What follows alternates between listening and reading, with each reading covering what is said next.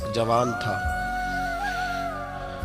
مسجد میں آیا، لوگوں سے کہنے لگا روٹی کھلاؤ، کسی نے توجہ نہ کی۔ اس نے کہا میں رب رب بتانے والا ہوں، میری طرف دیکھو تو صحیح۔ کسی شخص نے خیال ہی نہ کیا۔ پھر اس نے کہا یار تھوڑا سوچو، نمازیوں سے کہا، اہل علاقہ سے کہا، انہوں نے کہا تیری طرح کے بڑے درویش دیکھیں۔ مسجد کے محراب میں وہ رب کریم کا بندہ انتقال کر گیا۔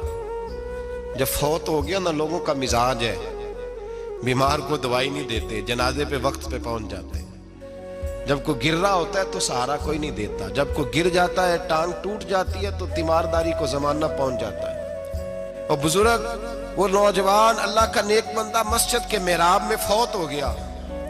حضرت فضیل ابن عیاض کہتے ہیں امام صاحب نے اعلان کیا چندہ دو، کوئی لاوارث فوت ہو گیا، کفن دینا۔ چندہ کٹھا ہوا، کفن خریدا، جنازہ پڑا، عشاء کے بعد دفن کر کے آئے۔ فجر کی نماز کے لیے جب امام اور مؤذن مسجد میں آئے تو چیخیں مارنے لگے، تڑپنے لگے، دور دور تک آوازیں پھیل گئی، دنیا دوڑی آئی۔ کیا ہوا؟ کہنے لگے وہ جو تم نے کفن پہنایا تھا وہ یہاں پڑا ہوا ہے، اور دیکھو کفن پہ تحریر لکھی ہے۔ تحریر کیا ہے؟ عرش کے مالک نے فرمایا میرے دوست نے روٹی مانگی، تم نے دی نہیں، اس نے تمہیں میرے قریب کرنے کے لیے اپنی طرف توجہ کرائی، تم نے کی نہیں، اور میرا یار تمہارے کفن کا محتاج تھا، سنبھال کے رکھو اپنا کفن، میں نے اسے جنت کا لباس عطا فرمایا۔